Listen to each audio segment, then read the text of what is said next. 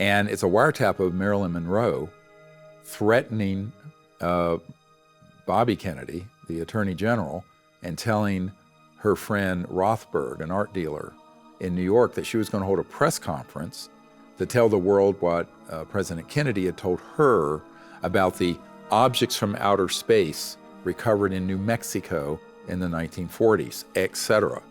And it has Project Moondust on it. It has all. Now, this has not been declassified, and I got it, and I published it. And you take that, and I have hundreds and hundreds and hundreds of documents like that. But this man had been involved very early on, his family, in the founding of the National Security Agency. Used to be called No Such Agency Exists, Yeah. because it was initially not acknowledged. And it was interesting because when I showed, there was an old actor and singer named Burl Ives. A lot of people may remember him. And he and his wife, Dorothy, very supportive, interested in what we were doing. So he was getting elderly, so I went to his home and sat on the edge of his bed and showed him this document. Because he had told me he was friends with Marilyn Monroe when she died or was killed. And they knew she had been murdered, and it wasn't an accidental overdose of drugs, but they never knew why. So I gave Burl Ives this document, and he went, "Oh my God." This is why I said yes.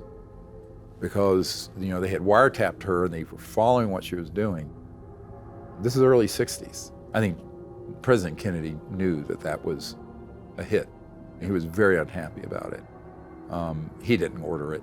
It would have been beyond the presidential level of activity.